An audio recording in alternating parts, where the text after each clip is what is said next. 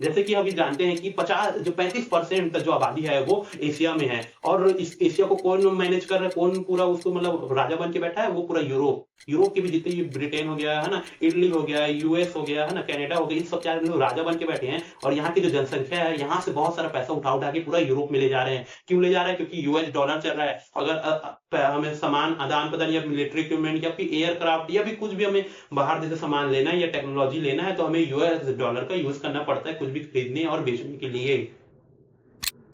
BRICS summit 2024 में लगभग तय हो चुका है कि आने वाले समय में हमें ब्रिक करेंसी देखने को मिलने वाला है। मुझे लगता है जो नेक्स्ट समिट होगा उसमें ब्रिक करेंसी को पूरी तरह से अनाउंस कर दिया जाएगा। अक्सर हमारे ऑडियंस को समझा देते हैं कि ब्रिक करेंसी होता क्या है। तो दोस्तों ब्रिक करेंसी 5 सदस्य जो ब्रिक में जो 5 सदस्य हैं, चाइना, रूस, इंडिया, है ना, ब्राजील और हमारा जो साउथ अफ्रीका, ये पांचों सदस्यों को एक ही नोट पर हम ला लेंगे। मतलब एक ही नोट में या तो इन देशों का नाम होगा या तो आइकन होंगे या तो नेशनल फ्लैग मेंशन होगा। उसी करेंसी को हम क्या बोलते हैं? Brick currency. ये करेंसी की सहायता से हम जो ये ब्रिक सदस्य है उनके साथ हम व्यापार कर पाएंगे। अर्थव्यवस्था में जो पैसा हमारा जो लगेगा, हम इसी ब्रिक करेंसी के सहायता से हम पैसा का लेन देन करने वाले हैं आने वाले समय में। इस वीडियो में हम समझाने वाले हैं कि अमेरिका कैसे यूएस डॉलर को एक वेपन की तरह यूज कर रहा है। तो दोस्तों जैसे कि आप सभी ने देखा होगा कि रूस और यूक्रेन वॉर में रूस के लगभग 300 बिलियन जो फॉरेन रिजर्व करेंसी है उसको सीज कर दिया गया।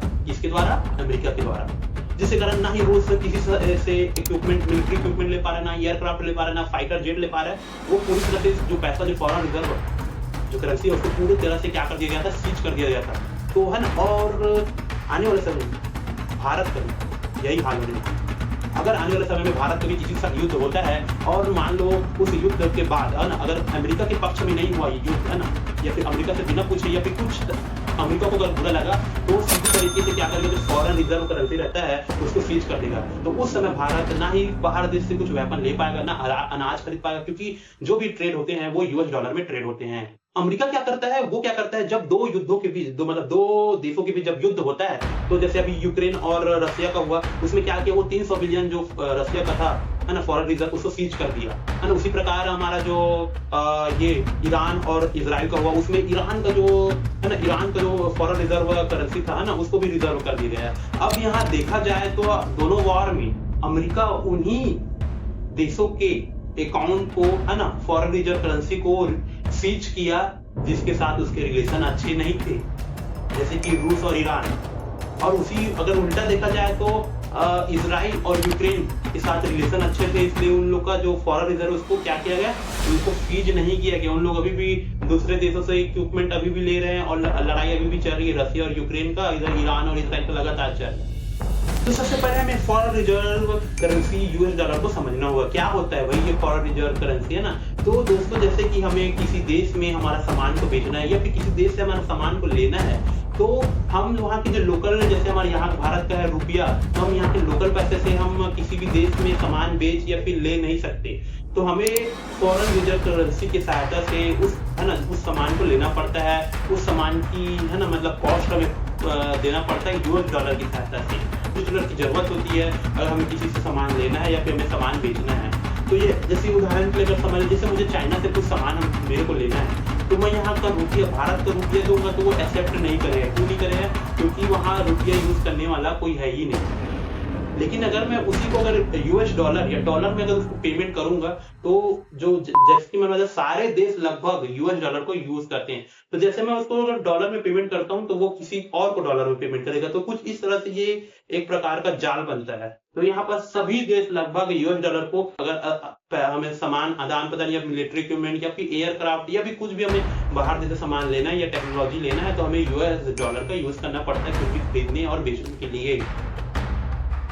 अब यहाँ पर आपने ना जो फॉरेन रिजर्व करेंसी को आपने समझ लिया होगा। अब हम आते हैं वापस टॉपिक में। जैसे कि मैंने बताया रूस और यूक्रेन का जब वॉर चला था, तो जो रूस ने 300 बिलियन जो यूएस डॉलर कलेक्ट किया था वो कुछ काम का ही नहीं रहा, क्योंकि अमेरिका की तरफ से सीज कर दिया गया। मतलब उस जो डॉलर है उसका सारा 300 बिलियन डॉलर की सहायता से ना ही कोई इक्विपमेंट बाहर से खरीद पा रहा था। उस इतने बड़े वॉर में, जो वॉर हो रहा है ना, उसमें वो ना ही उस पैसे से ना इक्विपमेंट खरीद पा रहा था, ना कुछ कर पा रहा था, ना अनाज खरीद पा रहा था, ना जरूरत के सामान वो बाहर देशों से ले पा रहा था। तो इसी को देखते हुए रूस और बाकी 5 सदस्यों ने यह डिसाइड किया कि आने वाले समय में हम इस जो यूएस डॉलर है इसको रिप्लेस कर हम ब्रिक करेंसी को प्रेफर करेंगे।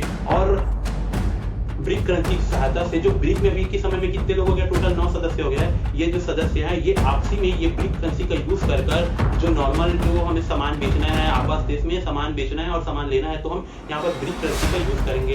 इससे फायदा ये रहेगा कि ये किसी एक देश का नहीं है, क्योंकि इस देश में लगभग 5 सदस्य हैं, तो ये किसी एक देश का नहीं होगा जैसा ना, और इससे दिक्कत भी नहीं होगी आने वाले समय में। और इसी ब्रिक करेंसी की सहायता से हम सस्ते दामों में सामान को अपना बाहर देश में बेच पाएंगे और बाहर देश से हमारे देश में इंपोर्ट कर पाएंगे। जरूरत की मिलिट्री इक्विपमेंट हो गया, जैसे कि अभी जानते हैं कि 35% का जो आबादी है वो एशिया में है, और इस एशिया को कौन मैनेज कर रहा है, कौन पूरा उसको मतलब राजा बन के बैठा है, वो पूरा यूरोप के भी जितने ये ब्रिटेन हो गया है ना, इटली हो गया, यूएस हो गया है ना, कनाडा हो गया, इन सब क्या लोग राजा बन के बैठे हैं। और यहाँ की जो जनसंख्या है, यहाँ से बहुत सारा पैसा उठा के पूरा यूरोप में ले जा रहे हैं। क्यों ले जा रहे हैं? क्योंकि यूएस डॉलर चल रहा है। अब डॉलर, जैसे कि मैंने बताया, डॉलर पूरा यूएस का है, तो यहाँ से वो मतलब बिना, जैसे मैं कुछ सामान बेच रहा हूँ है ना, और वो सामान में वो सामने वाला पार्टी उस सामान को ले रहा है और मैं उसको यूएस डॉलर में वो मेरे को सामने से पेमेंट कर रहा है, तो उसमें से कुछ हिस्सा डायरेक्टली सीधा अमेरिका के खाते में जाता है।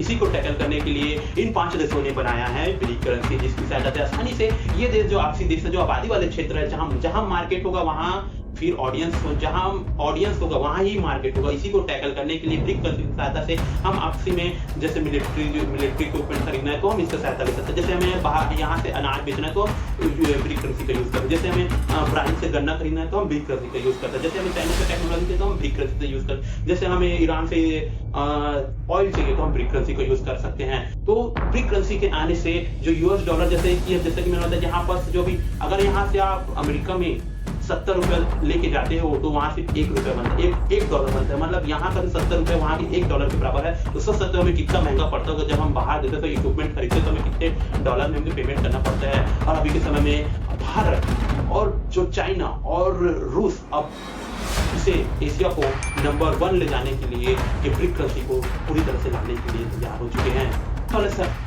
और आने वाले समय में ऐसा भी होगा कि पूरी तरह से यूएस डॉलर को रिप्लेस करके ब्रिक करेंसी का यूज करके हम आपसी देश में, अभी लगभग 9 देश हैं, अभी आने वाले समय में इस जो ब्रिक करेंसी का फायदा देखकर बहुत सारे देश जुड़ेंगे और एक टाइम बाद यूएस डॉलर की रिप्लेसमेंट को हमें यूएस डॉलर का रिप्लेसमेंट भी हमें देखने को मिलेगा ब्रिक करेंसी के रूप में। और इसमें ब्रिक करेंसी मतलब आई का मतलब इंडिया भी है, यहाँ पर समझने वाली बात ये है। और बहुत से लोगों का कहना है कि यूएस डॉलर तो बहुत ही स्ट्रांग है, उसे कैसे रिप्लेस कर सकते हैं। तो सिर्फ उन लोगों को मैं सिर्फ एक ही बात कहूंगा कि किसी भी जगह या फिर किसी भी आदमी को अगर बड़ा कारनामा करना है तो पहला कदम जरूरी है।